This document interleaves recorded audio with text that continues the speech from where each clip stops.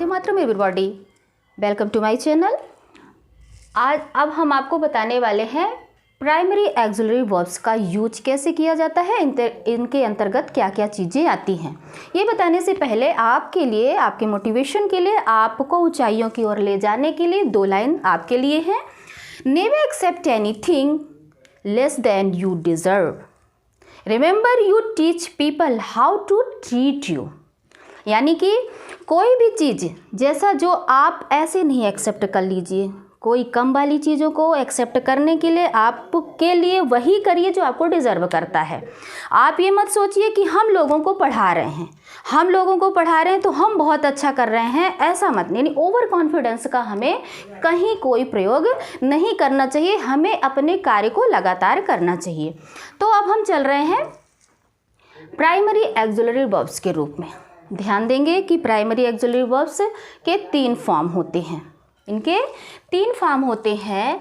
पहला होता है हमारा टू बी,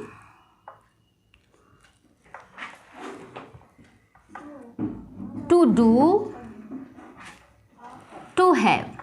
ठीक, अब हमारा जो टेंस चलेगा, आगे जाकर के आप टेंस भी पढ़ेंगे और पढ़े भी होंगे, उसका रिवाइज करेंगे, रिवीजन करते जाएंगे।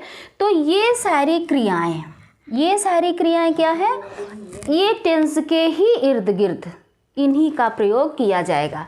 तो टू बी के अंतर्गत हमारा क्या क्या चीज़ आ रहा है वो ध्यान देंगे आप। तो टू बी के अंतर्गत हमारा आ रहा is, are, am, was, were.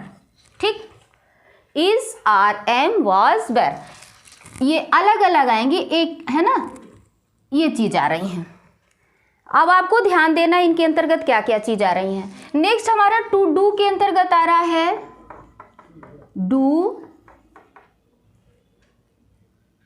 Does, did.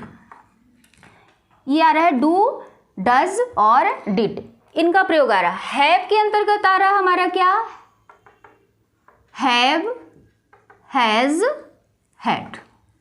ठीक, अब आपको ये ध्यान देना है। इज, टू बी के अंतर्गत इज, आर, एम, वॉज, वर। अब इनका यूज किस में किया जाता है, टू बी का यूज टेंस में। हमने बताया कि ये सारे चीज टेंस के इर्द गिर्द नाचेंगे।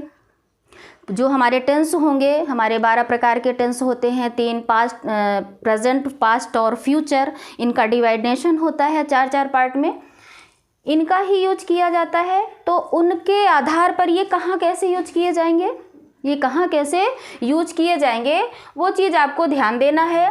तो ये टू बी, ये जो चीज़ दिया है, टू बी का यूज़ हम किस में करते हैं, टू बी का यूज़ कॉन्टिन्यूअस में किया जाता है। इसका यूज कॉन्टिन्यूअस टेंस में होता है। ठीक, is, are, am, was, were continuous tense में किस में किया जाता है इसका यूज इन जो टेंसेस होते हैं, तीनों टेंसेस के, present continuous tense, past continuous tense, इनमें इनका यूज किया जाता है। ठीक, फ्यूचर के लिए विल बी और शैल बी का प्रयोग कॉन्टिन्यूअस के लिए होता है। आपको जानकारी होनी चाहिए इस चीज़ की। नेक्स्ट है हमारा टू डू का यूज़। टू डू का यूज किसके लिए किया जाता है, ये हमारा किया जाता है सिंपल प्रेजेंट और पास्ट के लिए। सिंपल प्रेजेंट और पास्ट टेंस के लिए किस में, निगेटिव फॉर्म में। इसका यूज सिंपल प्रेजेंट और पास्ट के लिए किया जाता है, किस में, निगेटिव फॉर्म में। निगेटिव और इंट्रोगेटिव, और किस में, इंट्रोगेटिव में। किसका यूज कर रहे हैं हम, डू, डज और डिड का यूज करते हैं। नेक्स्ट है हमारा टू हैव का यूज। टू हैव का यूज किस में किया जाता है, इसको ध्यान देंगे आप। टू हैव का यूज जो है तो किस में, परफेक्ट टेंसेस में, परफेक्ट टेंस में इनका यूज किया जाता है। तो अब आप ध्यान देंगे कि एक्सिलरी जो हमारी प्राइमरी एक्सिलरी वर्ब्स है, उनको हम कितने फॉर्म में डिवाइड करते हैं? 3। इंग्लिश में जो एक्सिलरी फॉर्म है इसको मेन रूप से 3 ही फॉर्म में डिवाइड किया जाता है। पहला हमने बताया to be form. To be form क्या है उसको हमने एक्सप्लेन करके बताया, आप समझ गए होंगे। और टू डू फॉर्म क्या है ये भी समझ गए होंगे आप। और टू हैव फॉर्म क्या है ये भी समझ गए होंगे आप।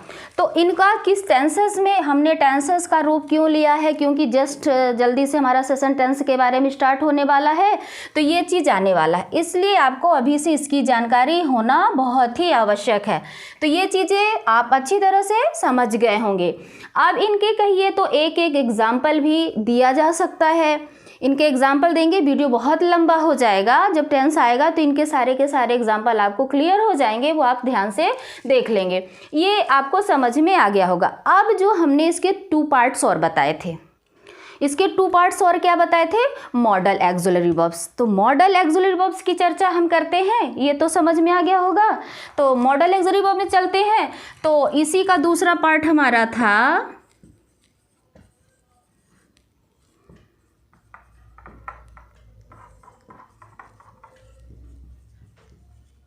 ये आदर्श क्रियाएं मानी जाती हैं। मॉडल एक्सिलरी वर्ब्स क्या होती हैं? इनको एक तरह से देख सकते हैं, इनको हिंदी में आदर्श क्रियाएं बोली जाती हैं। आदर्श क्रियाएं क्यों बोली जाती हैं आदर्श क्रियाएं? क्योंकि पक्षपात नहीं करती हैं। ये पक्षपात नहीं करती हैं। ये सभी सब्जेक्ट्स के साथ, सभी वर्ब्स के साथ, चाहे सिंगुलर हो या प्लूरल हो, सबके साथ समान रूप से पेश की जाती हैं। ये मॉडल एक्सिलरी वर्ब्स जो होती हैं आदर्श क्रियाएं कही जाती हैं। और ये दोनों क्रियाओं में सिंगुलर करता हो या प्लूरल हो, सबके साथ समान व्यवहार करता है, इसलिए इसका नाम इसके साथ में हमारा आ जाता है can, could, will, would, may, might,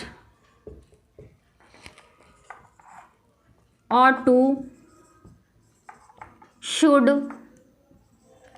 etc। ठीक, मॉडल के बारे में जब हम जानकारी देंगे, पूरी की पूरी मॉडल क्रियाओं का एक एक का यूज बताया जाएगा। आप अभी समझने के लिए इनका प्रयोग देख लेंगे कि मॉडल एक्सिलरी वर्ब्स क्या होती हैं, आदर्श क्रियाएं होती हैं, कब कहाँ कैसे इनका यूज किया जाता है, उस पर आपको ध्यान देना। एंड थर्ड है हमारा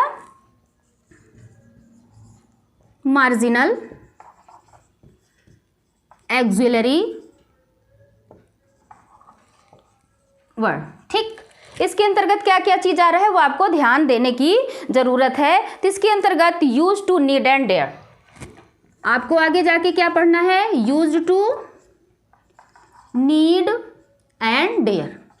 ठीक, ये सारी चीजें किसके अंतर्गत आ रही हैं? मार्जिनल एक्सिलरी वर्ब्स के अंतर्गत आ रही हैं।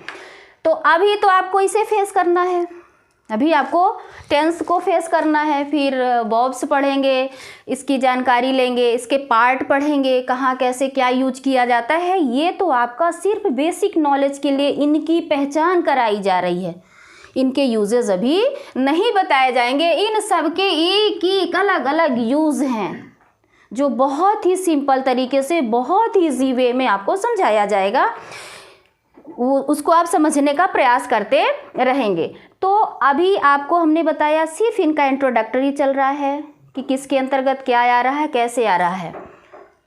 आपको अब ये पार्ट, ये सेशन, ये टॉपिक अच्छी तरह से समझ में आ गया होगा। आशा करती हूँ कि आप हमारे वीडियो से, हमारे सेशन से लगातार बने रहेंगे और समझने का प्रयास करेंगे। For watching this video, thank you so much.